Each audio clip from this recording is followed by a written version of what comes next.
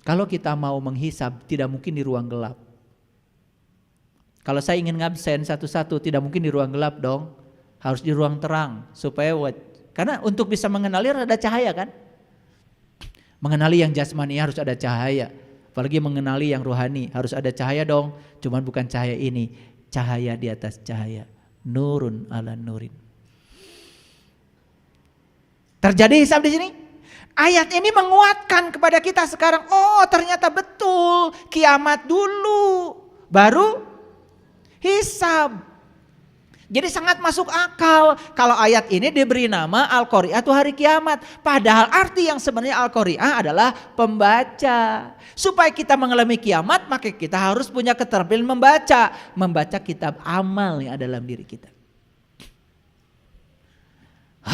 Luar biasa.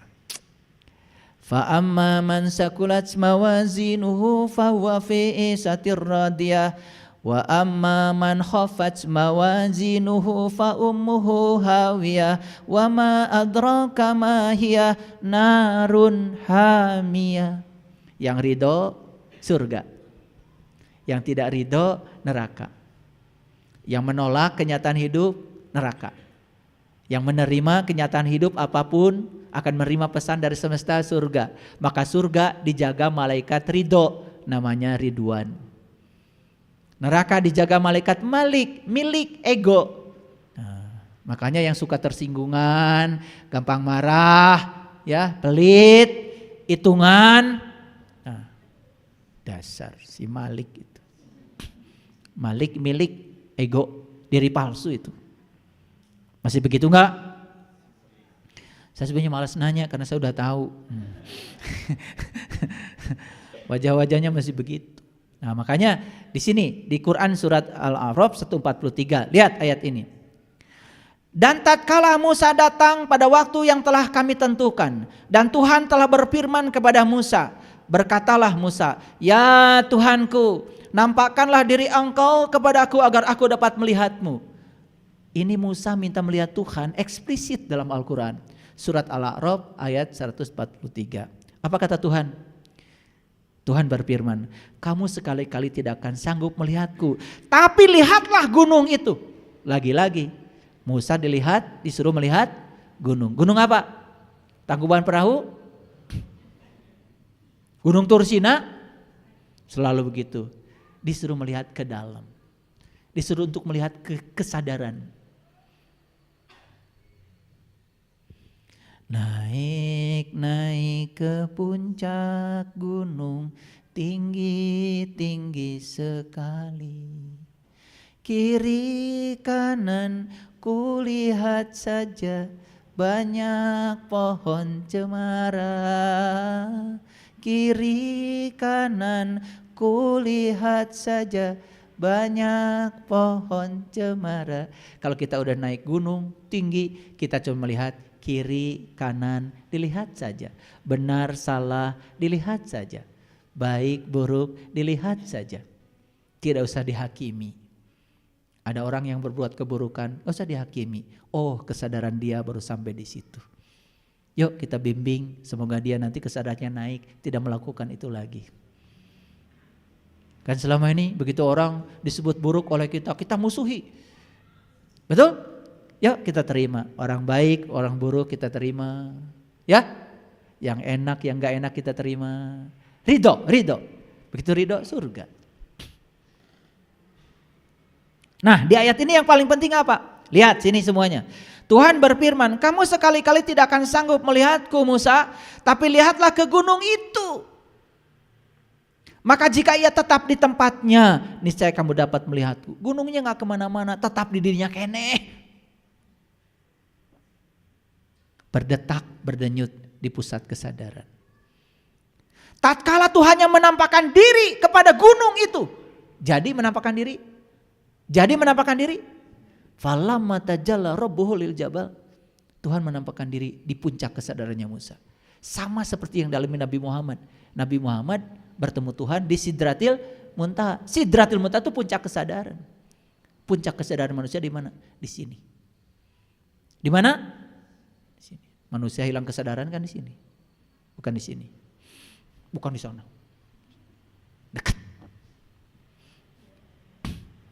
Orang stroke hilang kesadaran di mana? Di pantat atau di sini? Ya Allah. Sidratul Muntaha di sono. Kumaha ngaos teh. Iya, terlalu sibuk membaca. Tidak pernah menyimak. Lanjut dulu. Tatkala Tuhan yang menampakkan diri pada gunung itu. Jadi menampakkan diri kepada gunung apa kepada Musa? Kepada gunung apa kepada Musa? Ya kepada Musa dong. Tetapi di puncak kesadarannya Musa. Kan yang minta melihat Tuhan Musa bukan gunung. Apa yang terjadi? Bahkan gunungnya hancur luluh dan Musanya jatuh pingsan. Fana. Bahkan Musa tidak sadar lagi dengan dirinya. Seperti kuning yang menyatu dengan hijau. Tidak ada kuning, tidak ada hijau. Yang ada warna baru. Itu namanya manunggal. Ini teori, jangan dipikirin, kalian harus ngalamin sendiri. Pikirin pusing nanti, karena pikiranmu itu terbatas, kalau kesadaranmu tanpa batas. Lalu kata-kata terakhir yang paling indah di sini, lihat. Maka setelah Musa sadar kembali, dia berkata, Qala subhanaka, tubtu ilaika, tubtu, taubat. Wa ana awalul mu'minin, maha suci engkau ya Allah. Aku kembali kepadamu dan inilah awal aku beriman. Jadi sejak kapan Musa beriman pada Allah? Sejak Allah menampakkan diri di pusat kesadarannya Musa. Sejak kapan kalian beriman? Sudah mengalami ini? Ngaku-ngaku.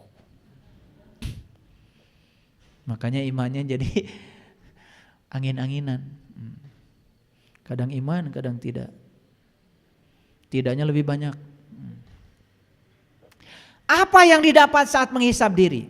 Satu, jiwa akan mengalami kebangkitan di alam semesta kecil atau alam mikrokosmos. Karena tubuh adalah ranah kejadian, satu-satunya jalan untuk mencapai kebangkitan jiwa dari tidur panjangnya, sehingga proses hisab harus terjadi saat kita tubuh masih ada. Jadi hisab itu harus pada saat tubuh masih ada. Di mana kalau begitu? Di sini. Kapan? Sekarang. Pada saat proses hisab terjadi, maka kita akan melihat bagian dari diri kita yang selalu ingin melekat pada emosi-emosi negatif atau diri kecil kita. Di sini kita akan jujur. Saya kejam nggak ya? Saya picik nggak ya? Saya suka bersaing nggak ya? Saya menganggap orang lain kompetitor atau enggak ya? Saya menganggap kalian mitra atau bukan ya? Saya membenturkan hitam dan putih enggak ya? Saya membentarkan gelap dengan terang atau tidak ya? Di situ kita akan sadar. Begitu sadar, oh ternyata gelap dan terang itu jangan dibenturkan.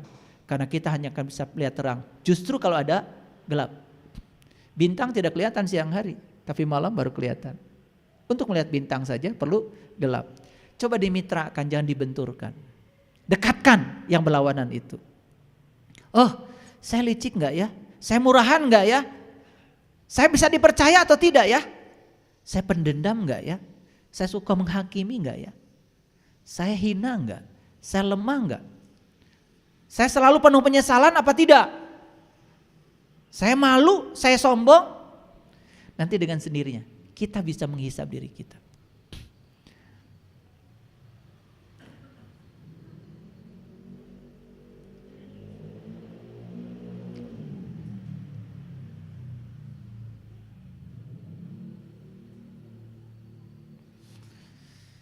Nanti kita pun akan tahu, saya murah hati enggak ya? Saya pemaaf tidak ya? Saya pengasih atau tidak ya? Saya memiliki keagungan batin atau malah mengalami kehinaan batin? Nanti kita akan pintar menghisap diri sendiri. Sampailah pada kesimpulan, oh ternyata membaca kitab amal itu syaratnya cuma satu. Kiamat dulu, baru kita bisa membaca kitab amal. Yuk bangkitkan dulu kesadarannya.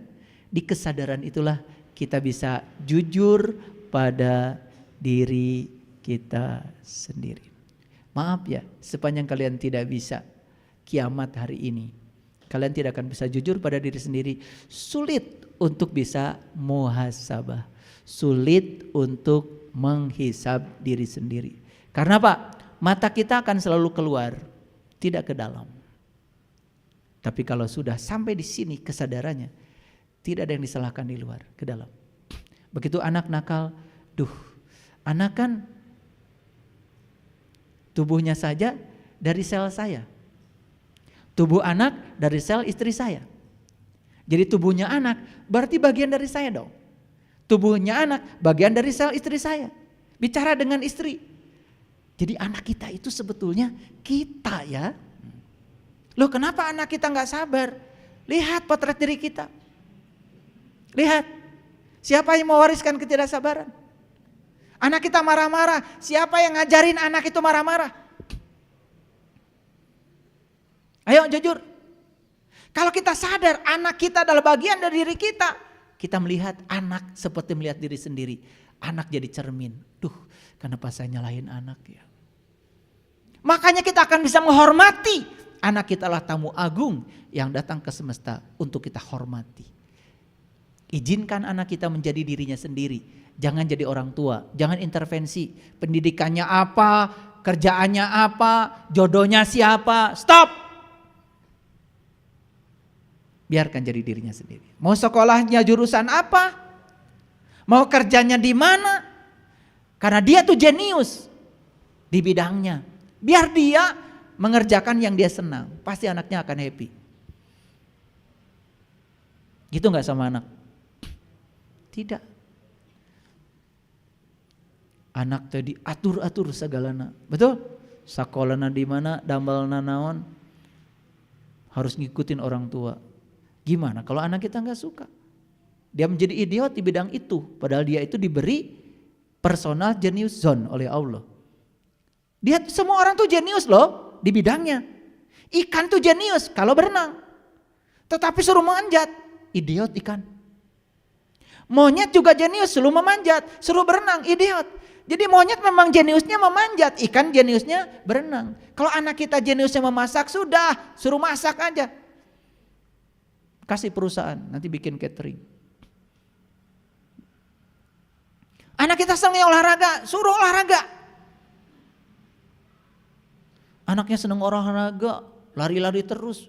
Ibu bapaknya pengen anaknya jadi dokter, stres. Makanya stop membuat anak kita menjadi diri kita. Biarkan mereka menjadi dirinya sendiri. Itu baru keren. Jadi kalau semua ke dalam ke sini jadi keren. Tapi kalau semua keluar jadi tidak keren. Jujur ya, selama ini keluar apa ke dalam? Kebanyakan keluar, ke dalamnya sedikit. Akibatnya apa? Jadi kita sering terjebak pada penyesalan. Makanya ada 7 jangan yang harus diamalkan. 1, jangan suka menyesali keadaan. 2, jangan memikirkan hari esok yang tidak-tidak. 3, jangan memikirkan sesuatu yang tidak bisa kamu ubah, yaitu masa lalu. 4, jangan tersinggung dengan hal yang sepele. 5, jangan iri hati. 6, jangan hidup dengan pembanding. Jangan bandingkan dirimu dengan siapapun, jadilah dirimu sendiri. 7, jangan nganggur. Coba amalkan 7 jangan ini, keren. Pasti hidupnya sehat. H, hati selalu gembira. I, istirahat yang cukup, terutama pikiran. D, diet yang seimbang. Makanan atur, jangan segala di rams. U, udara yang bersih, hidup yang bersih. Maaf ya, jangan dimasukkan yang kotor-kotor ke sini. P, pengendalian diri, kendalikan diri. Itu baru hidup. Sehat. S, sinar matahari yang cukup. Ingat, sinar matahari ada 2, matahari jasmani dari sana, Moyan, Unggal Isuk, MUI. Ya kalau disingkat gampang kan.